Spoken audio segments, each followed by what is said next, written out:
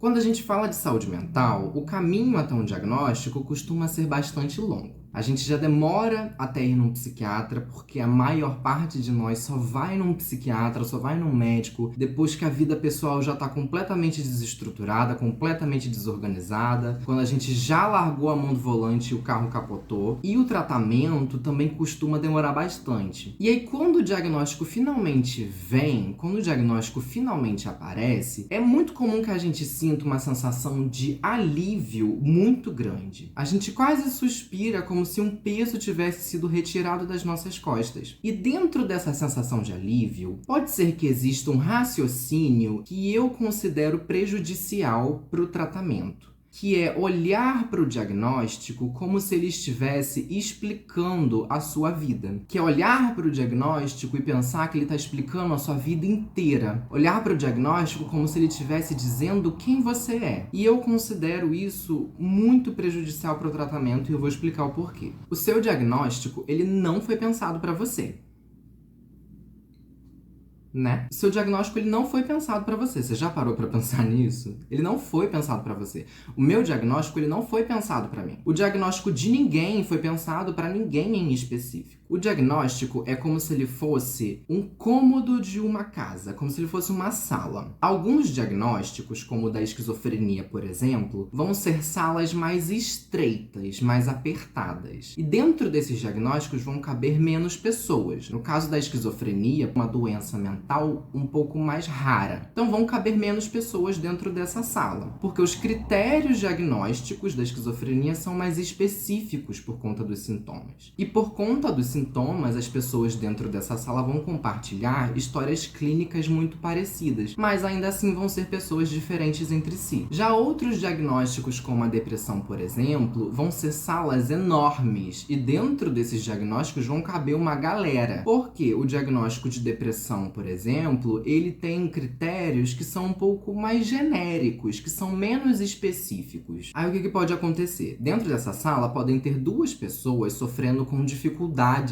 no sono, que é um sintoma comum para quem está passando por depressão. Aí uma dessas pessoas, ela pode ter hipersonia, sentir muito sono e dormir muitas horas por dia. E a outra pessoa pode ter insônia, que é uma dificuldade para dormir, para entrar no estado do sono, para se manter no estado do sono, vai dormir pouco e se sentir muito cansada ainda assim. Então vão ser duas pessoas que estão compartilhando o mesmo sintoma, que é dificuldades envolvendo o sono, mas são experiências diametralmente opostas, porque uma está dormindo demais e a outra está dormindo muito pouco. Então, a depressão vai ser uma sala muito grande, com uma galera dentro dela, e mesmo compartilhando uma história clínica com sintomas, muitas vezes vão ser histórias clínicas radicalmente diferentes entre si. E é exatamente por isso que o seu diagnóstico, ele não pode explicar a sua vida inteira, porque ele sequer é pensado para você. Um diagnóstico, ele não pode explicar a sua vida inteira, e tudo bem, porque essa nem é a função dele. Um diagnóstico,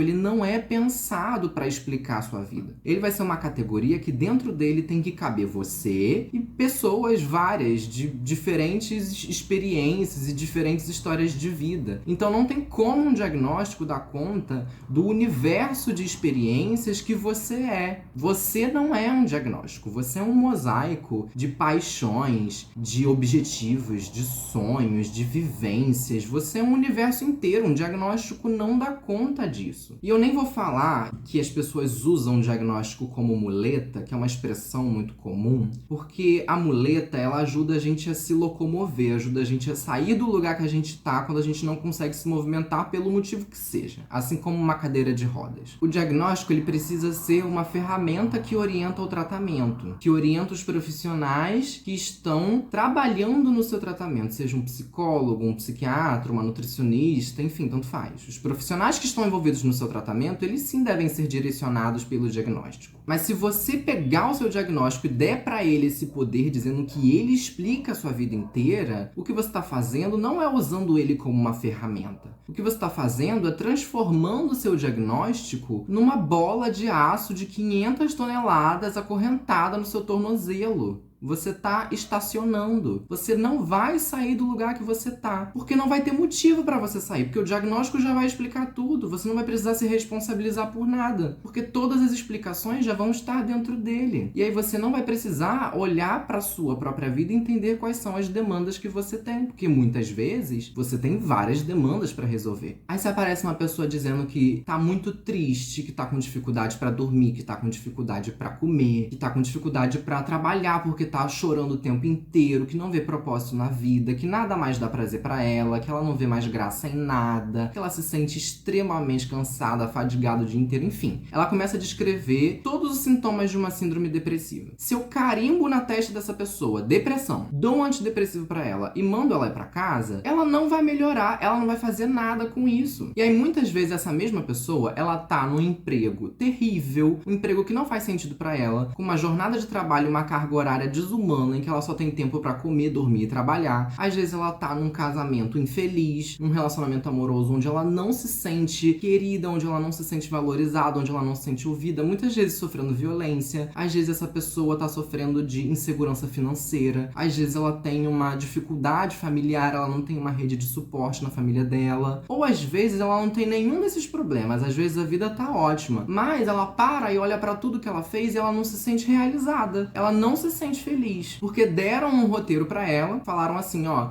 segue tudo isso aqui, segue toda essa ordenzinha aqui, se comporte bem, que você vai ser feliz. E aí, de repente, ela para e ela percebe que tudo que ela fez na vida dela veio de fora pra dentro. E aí nada preencheu ela, porque nada veio de dentro pra fora. Todos os desejos dela, todos os sonhos dela, as vontades que ela tinha, tudo isso ela suprimiu, ela enterrou lá embaixo da terra. Ela fez tudo que as pessoas queriam que ela fizesse. Ela fez tudo que as pessoas disseram que ela deveria fazer. E aí ela tá vivendo uma vida boa, mas ela não tá realizada, ela não tá feliz. E aí pode ser esse caso, ou essa pessoa pode ter todos esses outros problemas que eu listei, e aí é claro que ela vai deprimir se ela tá passando por isso tudo. É óbvio que ela vai estar deprimida. Só que se eu só virar pra essa pessoa e falar, ah, é depressão, toma aqui, ó, é depressão. Depressão. O que você vai fazer com isso aqui? Com depressão. O que você faz com isso? Você não faz nada. Você não faz nada. Nada. Agora, se essa pessoa olha para as demandas que ela tem na vida dela, para esse trabalho ruim, que não tem propósito para ela, para esse relacionamento falido, para essa questão familiar, ela tá olhando para coisas que ela pode modificar. Ela tá olhando para demandas da vida dela que ela pode interferir, coisas que ela pode mudar. E isso que é importante. Só que para fazer esse movimento de olhar para a própria vida, a gente tem que passar por uma etapa do tratamento que eu considero muito importante, que é o do autoconhecimento.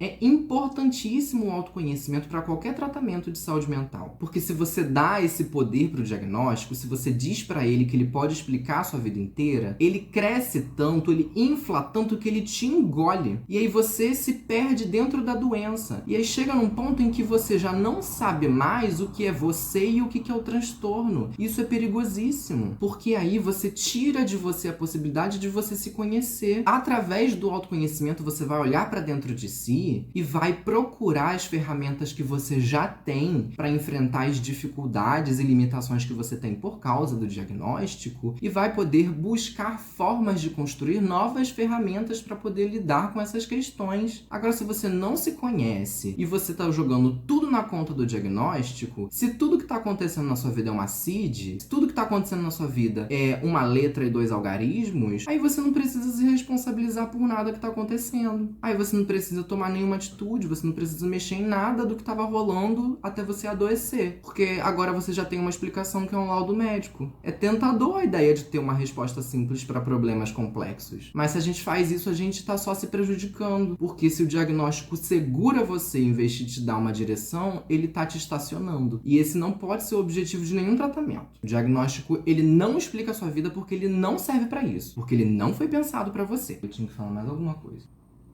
Lembrando que isso aqui é uma abertura de uma conversa. Eu não estou encerrando nenhum assunto, eu não estou fechando um diálogo, eu estou abrindo uma conversa que é cheia de nuances, inclusive, que não tem como eu falar de tudo aqui. Uma dessas nuances estava me gerando uma insegurança de falar sobre esse assunto, e aí um benzinho conversou comigo e me disse uma frase que traduziu muito do que eu gostaria de deixar claro, que é o seguinte. Algumas pessoas buscam diagnósticos para terem justificativas. E outras pessoas buscam justificativas e acabam encontrando um diagnóstico. E aí, do que eu tô falando aqui? Muitas pessoas que vivem transtornos do neurodesenvolvimento e que recebem diagnóstico tardio, como TDAH e autismo, por exemplo, que são diagnósticos que geralmente se faz na infância, mas muitas pessoas acabam recebendo o diagnóstico depois de adultas, elas passam por toda uma jornada de vida se sentindo inadequadas, sentindo que tem algo de errado com elas, que elas não se encaixam. E aí, quando o diagnóstico aparece, elas têm esse mesmo alívio de caramba, acho que agora eu entendi. E aí elas olham para trás, elas olham para as experiências delas passadas e elas conseguem trazer outros significados para essas experiências. Elas conseguem entender melhor algumas situações de vida que elas passaram através das lentes desse diagnóstico, percebendo que não é uma questão de caramba, eu sou inadequada, eu estou quebrada, tem algo de errado comigo. É uma questão de neurodiversidade. E essa é uma experiência muito válida. Não é disso que eu estou falando aqui, pelo amor de Deus. Esse tipo de experiência é muito válida. Eu não tô dizendo que isso é um problema. Eu não tô falando que diagnóstico não é importante, que você tem que rasgar o seu laudo médico e jogar no lixo. Não é isso que eu tô falando. Diagnóstico é muito importante pra gente ter acesso à saúde, pra gente ter acesso a direitos previdenciários no INSS, por exemplo. Eu acho que a gente deveria questionar o poder que existe na ponta da caneta de um psiquiatra, o poder que existe na ponta da caneta de um perito, mas diagnósticos são importantes pra gente ter acessibilidade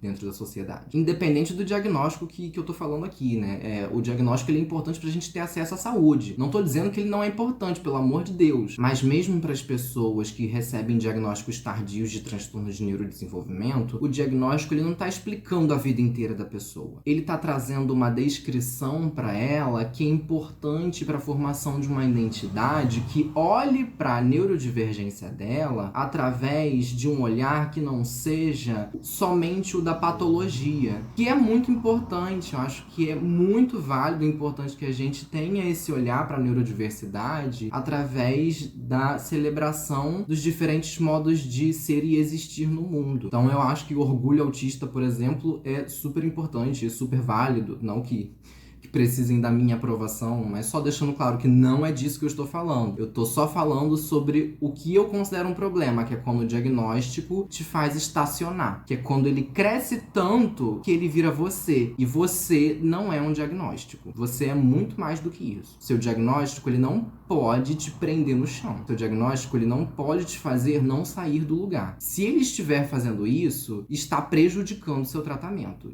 Essa não é a função dele. A função dele é direcionar os profissionais que estão cuidando de você. É poder te oferecer um horizonte, te dar mais clareza da situação que você está vivendo. Mas ele não diz quem você é. Ele não traduz a sua vida inteira. Ele não tem esse poder. A única pessoa que pode dizer quem você é e quem você quer ser é você mesmo. Médico nenhum pode fazer isso. Nenhum laudo médico pode fazer isso. Nenhum psicólogo. A única pessoa que pode fazer isso é você. A gente precisa se responsabilizar mais pelas nossas próprias vidas e não estacionar. Então é isso. Beijinho, beijinho. Tchau, tchau.